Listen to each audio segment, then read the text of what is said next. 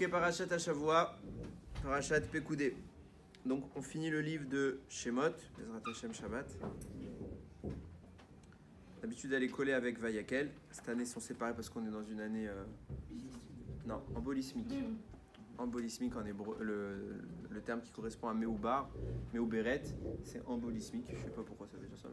Ça veut dire qu'on a 2 mois de Hadar et donc on sépare les doubles parachiotes en général. Ok, Parashat Pekoudé, c'est simple. C'est Moshe qui recense tout ce qu'il a fait avant d'ériger définitivement le Mishkan. Donc on a eu 2 parachiotes, Teruma et Tetzavé, où Hachem a tout ordonné, mais on n'a rien fait. Il a demandé de donner les matières premières, l'or, l'argent, etc. Et après, dans Parashat Vayekel Pekoudé, Betzalel va se mettre au travail.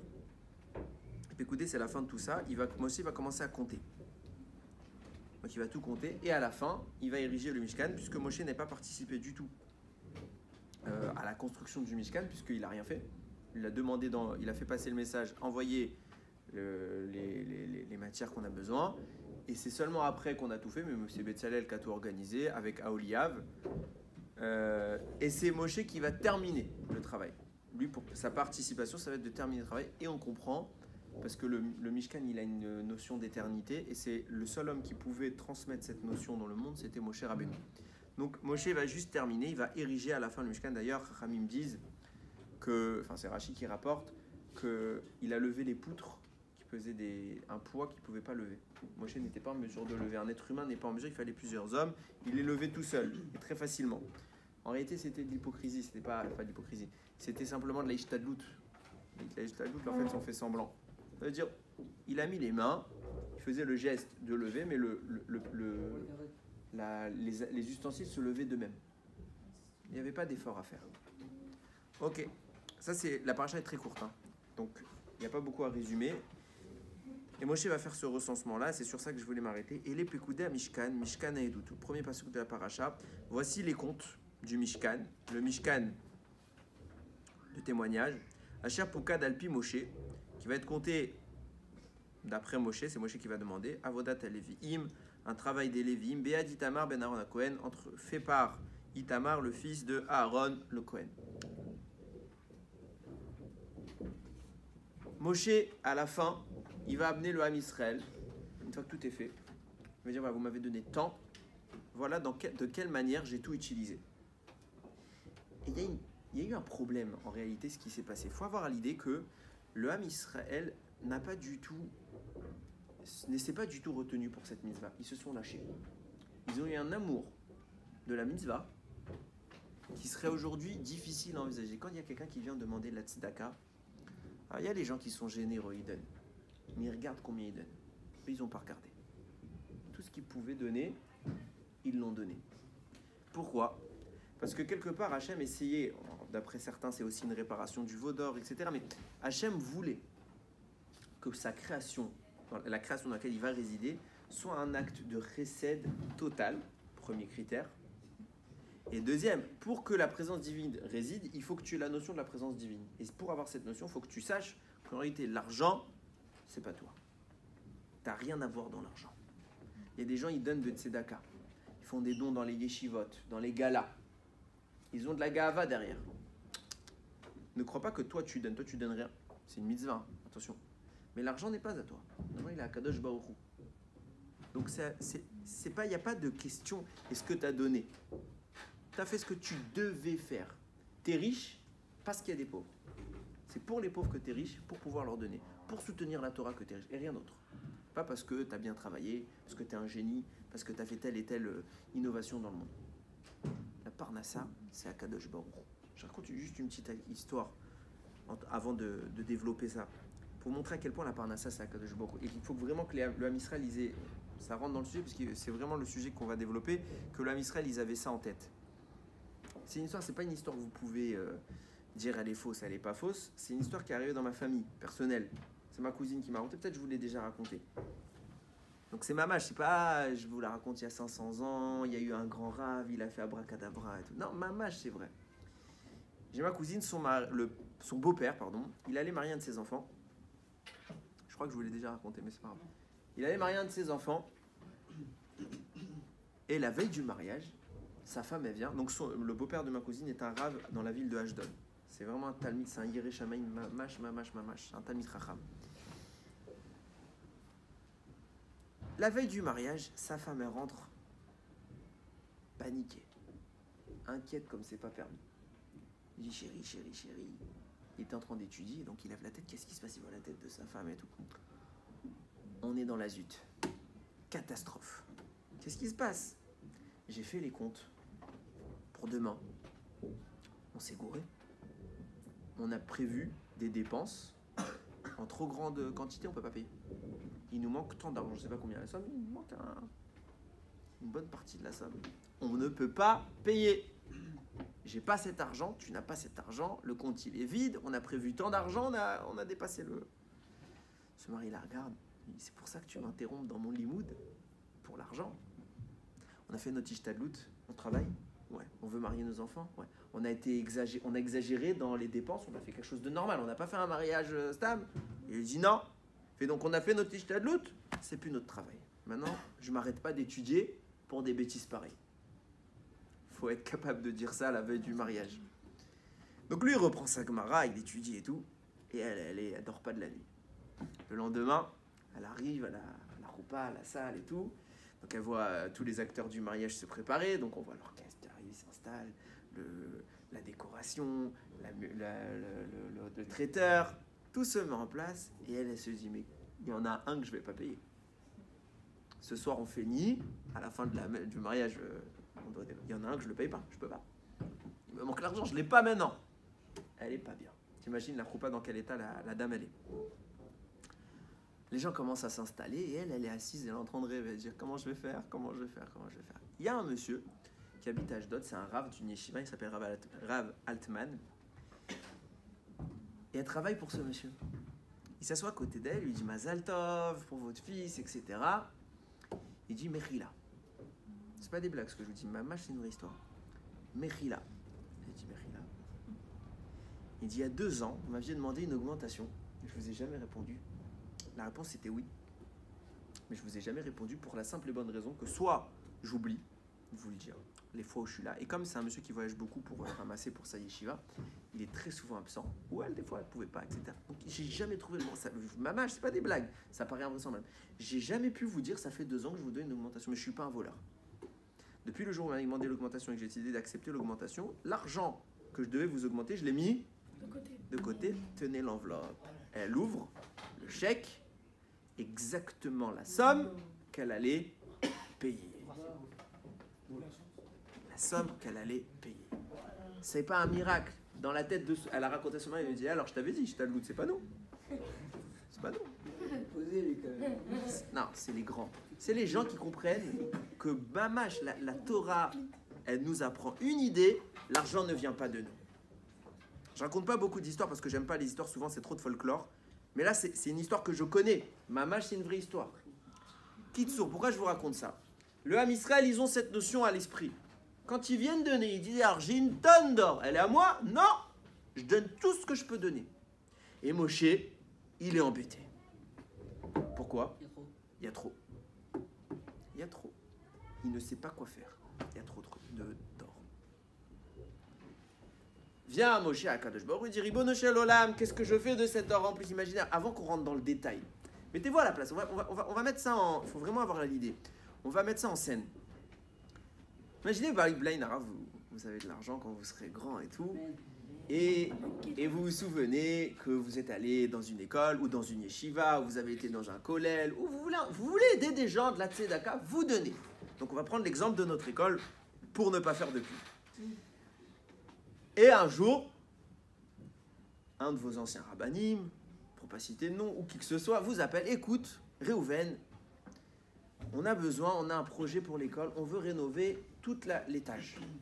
On a besoin, Mamash, c'est abîmé.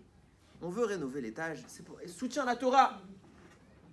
Et vous êtes un Ben Torah, vous faites OK, Pséder, avec plaisir, Rav, 30 000 euros. Je vous appelle plus souvent après. Hein.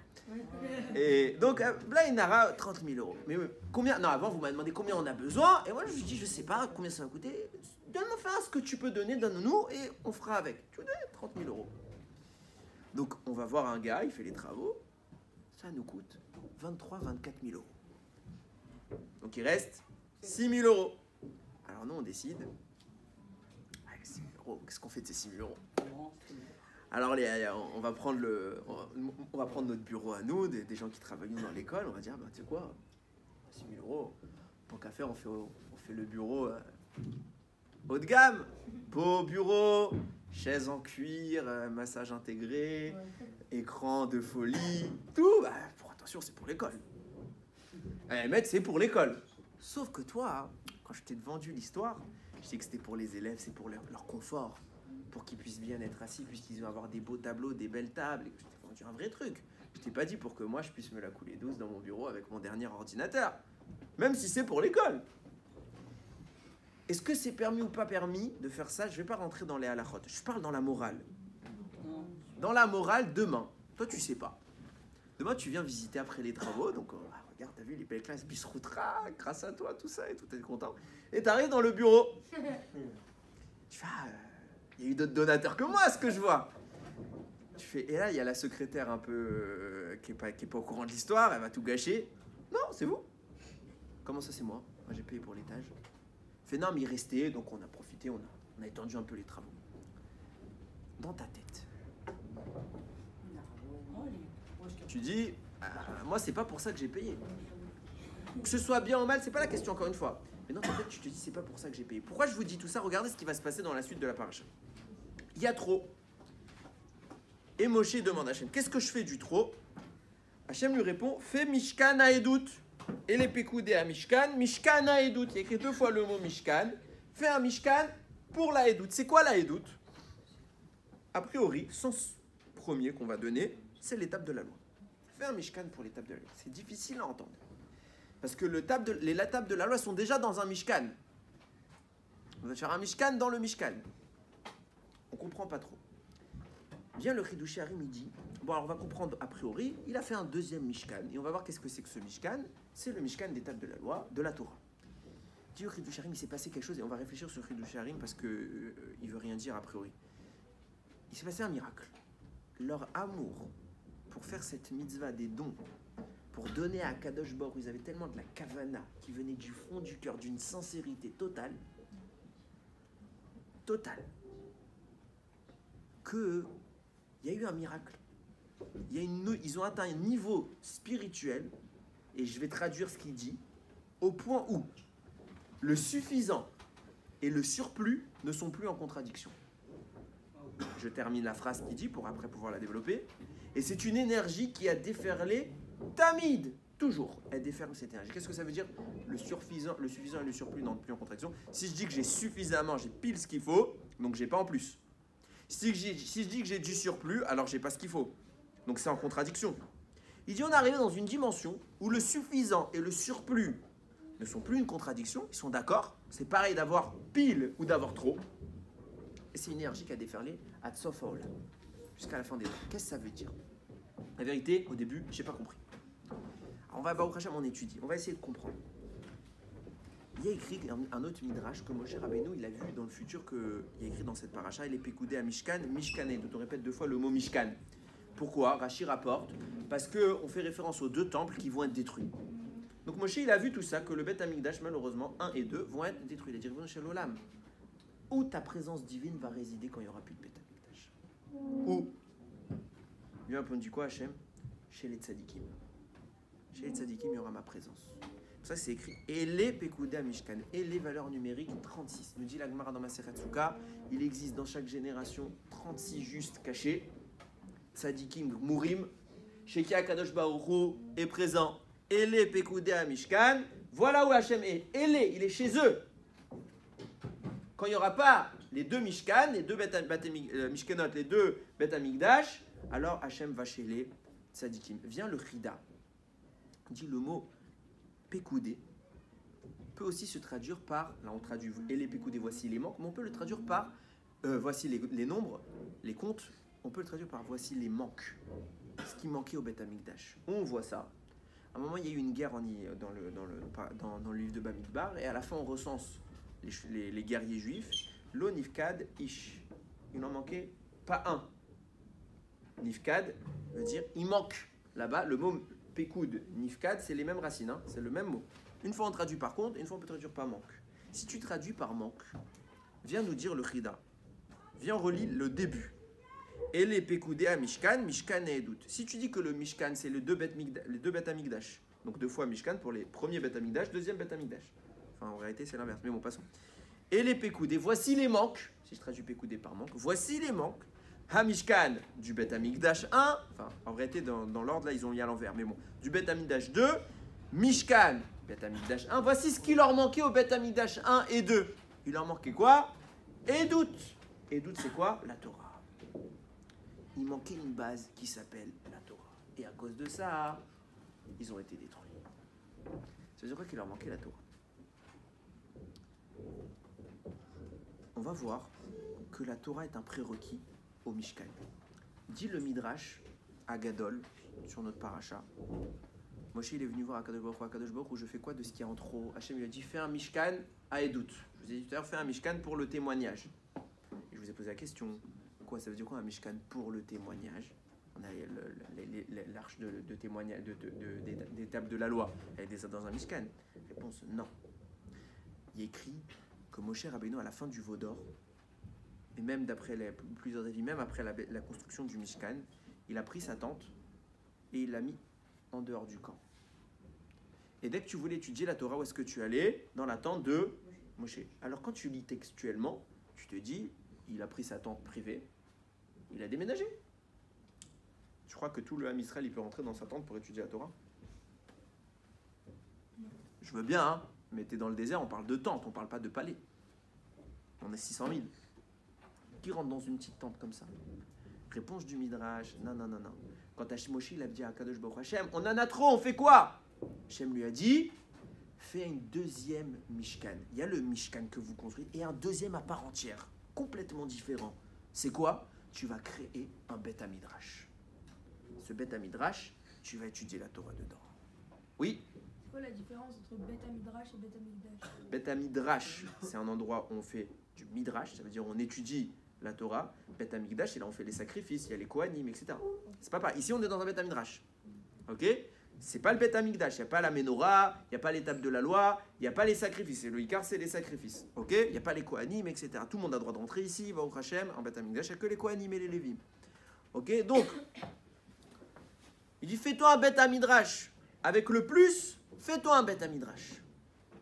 Revient à notre question de tout à l'heure, c'est beau un Beth Midrash. Et on comprend pourquoi un Beth Midrash. Parce que les béné Israël, quand ils n'auront pas, qu'est-ce qu'on est en train de dire? Le prérequis d'un Mishkan, c'est la Torah. Et quand il n'y aura pas le Mishkan, quand il n'y aura plus le Beth Amikdash, où est-ce qu'elle sera la présence divine à la place? Chez les tzadikim qui seront en train d'étudier la Torah. Là où il y a la Torah, il y a la Shekhinah. D'ailleurs, la Gemara a dit, celui qui étudie la Torah, autour de lui, dans les 4 amot qui l'entourent, il y a la Shekhinah, présence divine. Maintenant, on revient à notre question de tout à l'heure. C'est beau un Beth Midrash, c'est vrai que ça fait partie des prérequis pour la présence divine. Mais je n'ai pas payé pour ça. Je n'ai pas payé pour ça, moi. Les béné Israël, c'est des tzadikim, évidemment, qui sont d'accord. Mais ils n'ont pas payé pour ça. Ils ont payé pour un Beth Amikdash. Parce qu'un Beth Amikdash, certes, il y a la présence divine comme dans le Beth Midrash, mais il y a les sacrifices. Tu viens, tu as fait une avéra, tu fais un sacrifice, Hachem il te pardonne. J'ai pas ça là-bas. J'ai pas ça. Écoutez ce que j'ai lu. J'ai plus le nom du commentateur. Mais là, c'est pas beau. On va dire Chazal. Il dit comme ça. Il dit ce que je vous ai dit en introduction, qu'ils ont donné avec amour. Même ça, c'était un problème. Quand vous faites une mitzvah, il y a ce qu'on appelle la kavana. Il faut que je me concentre pour accomplir la mitzvah. Il y a une kavana requise. Ils ont fait ça avec tellement de kavana que c'était plus que nécessaire. Ils ont eu une intention tellement puissante que la mitzvah, elle était dépassée. Moshe Rabbeinu, il voit combien les béné Israël couraient pour donner avec un amour. Pour Akadosh Baruch Hu, il dit Ribono shel olam. Il y a trop de force dans ce qu'il donne. Ton Mishkan, il est infini, il est extrêmement puissant, il a énormément de valeur. Mais ce qu'ils font eux, c'est encore plus grand que ça. Il y a trop d'énergie, il y a trop d'amour. On fait quoi du surplus? On avait besoin de 10, on a eu 100. Non, peut-être pas là, on avait besoin de 100, on a eu 110. On fait quoi des 10 en plus? Akadosh Baruch Hu, il a dit, ces 10 en plus, tu crois que je vais les abandonner? mets-les au Beth Midrash. Et moi, je vous pose la question. On avait dit que c'est pas pour ça qu'on a payé. Écoutez bien ce qu'a dit la Gemara. Ça veut dire quoi que tu les mets dans la Torah, dans l'endroit où on va étudier, dans l'endroit où il y a ma Shekhinah. La Gemara, elle dit, à l'époque où il n'y a plus de Beth Amikdash, celui qui étudie les lois du Korban Khatat, c'est comme s'il avait présenté à Kadosh Baruch Hu un Korban Khatat. Celui qui fait le Korban Ola, il a fait le Korban Ola. Celui qui a fait la Para Adouma, la vache rousse, on considère qu'il a fait la mitzvah de la vache rousse. Donc quelque part, ça a le même effet. À Pessah, il y a un Korban à faire, le Korban Pessah. Ah, je ne peux plus l'apporter. Étudie pendant Pessah, le Korban Pessah. Keilou, on considère que tu as apporté le Korban Pessah. Ah bon? C'est trop facile. J'ai étudié, alors j'ai apporté. C'est pas pareil, étudier et apporter. D'où on voit qu'en étudiant, c'est considéré comme si j'avais apporté. Réponse, quand les Bnei Israël sont venus pour donner, pourquoi ils ont donné? Pour le Mishkan, l'endroit des sacrifices. Ils avaient tellement d'intention que ça débordait. Akadosh Baruch Hu a dit cette intention-là, je la garde et je la transfère pour plus tard. Pour quand? Quand il n'y aura plus l'intention. Quand il n'y aura plus le Beth Amikdash. Il manquera l'intention du Ham Israël. L'amour que les Bnei Israël sont censés avoir pour moi, elle va diminuer. Je garderai ce surplus d'amour-là et je le mets dans la Torah. Celui qui étudiera la Torah grâce à cette énergie qu'ils ont donnée le Ham Israël pour qu'il y ait des sacrifices. Alors celui qui étudiera la Torah, je prends cette énergie-là et je la considère comme si on était à l'époque du don, du don pour faire le Mishkan. Et alors, quand tu étudieras le Korban Khatat, grâce à cet amour qu'eux ils avaient pour Akadosh Baruch Hu, Mamash t'a apporté un Korban Khatat. Au sens propre, plutôt qu'Emashmao. Sinon, si j'avais étudié, ça aurait fait. Si j'étudie, il est à la route des tefilines. J'ai mis mes tefilines? Non. Ah, mais j'ai pas de tefilines, Hachem, je les ai perdus. Je suis dans le désert, j'ai mis mes tefilines. Non. Non. Par contre, quand c'est le Mishkan qui a disparu, le Beth Amikdash, grâce à l'amour qu'ils ont, parce qu'ils voulaient qu'il y ait des sacrifices. Alors Hachem dit, vous voulez qu'il y ait des sacrifices, donc vous savez, quand il n'y en aura plus, par votre route que tellement vous avez voulu qu'il y en ait, alors je donne à la Torah la force que ce sera considéré comme s'il y avait eu, par l'amour que vous aviez pour moi. Et regardez comment les choses se passent. On en arrive à ce qu'a dit le Chidush Harim, cette énergie-là, où le surplus et le normal, la quantité requise, fusionnent. On comprend pourquoi ça a fusionné. Pourquoi? Parce qu'on s'est servi, on avait une quantité limitée qu'on avait besoin, mais finalement on n'avait pas besoin de surplus, mais le surplus l'a quand même servi pour cette quantité. Donc on est en parfaite contradiction, on dépasse les fondements des choses. Et à ce moment-là, une énergie qui se déferle, tamide, elle est pour toujours. Pourquoi pour toujours? Quand il y a le Beth Amikdash, on a les sacrifices. Quand il n'y a pas le Beth Amikdash, normalement on n'a pas les sacrifices. Eh bien si on a les sacrifices, c'est Hatsof Haolam. Voilà ce qu'elle a voulu nous dire. Et regardez la chose comment elle change. Encore du temps. Ouais, ça, on a du temps. Regardez comment Kadosh Baruch Hu fait les choses. C'est énorme. À l'époque où ils ont donné, ils aiment Hachem, ils sont investis, ils veulent réussir, ils veulent bien faire. Hachem, il se dévoile. Les sacrifices, on voit le Kohen, on voit il rentre au Kodesh à Kodashim, on voit tout. Magnifique. Hachem, il n'est pas caché. Par contre, quand on a détruit le Beth Amikdash, plus rien. Vous voyez Hachem? Non.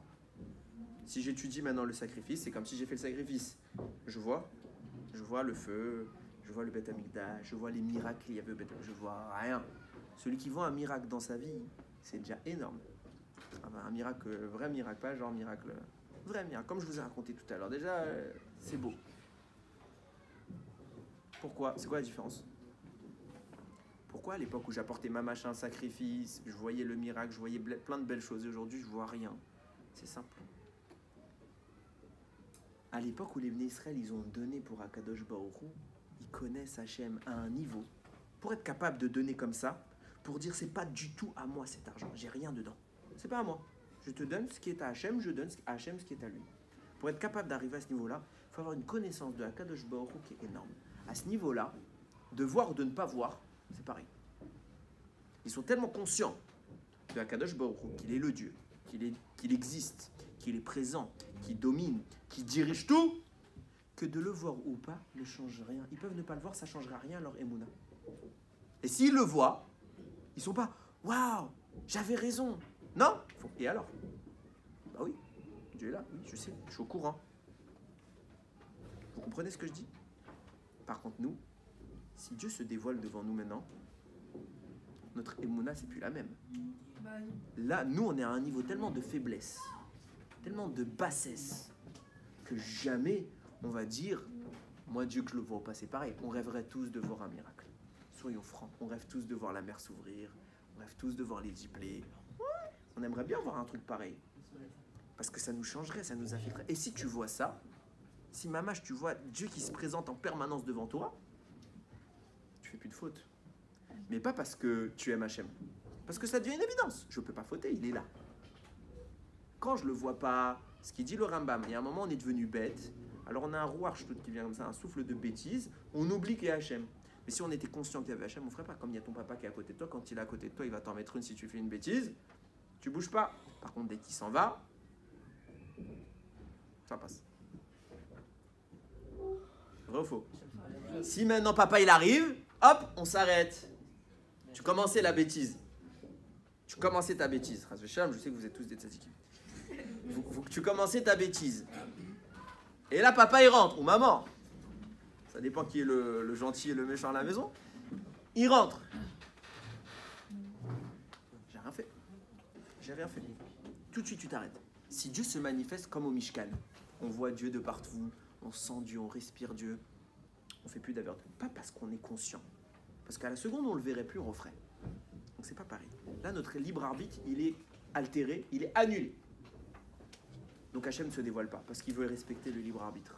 Alors qu'est-ce qu'il te dit? Il te dit, il faut que tu arrives au niveau de connaissance de Akadosh Baruch Hu, que comme si tu le voyais. Et quand tu arriveras à ce niveau-là, oui, tu me verras. Oui, tu verras des miracles. Oui, tu pourras même me parler. Mais tant que tu n'arrives pas à ce niveau-là, me parler altère ton libre arbitre. Donc je peux pas me dévoiler devant toi. Donc qu'est-ce qu'il te dit Hachem? Où est-ce que quand vous aurez plus le Mishkan, vous aurez plus ma présence, où est-ce que vous allez me trouver? Dans la Torah.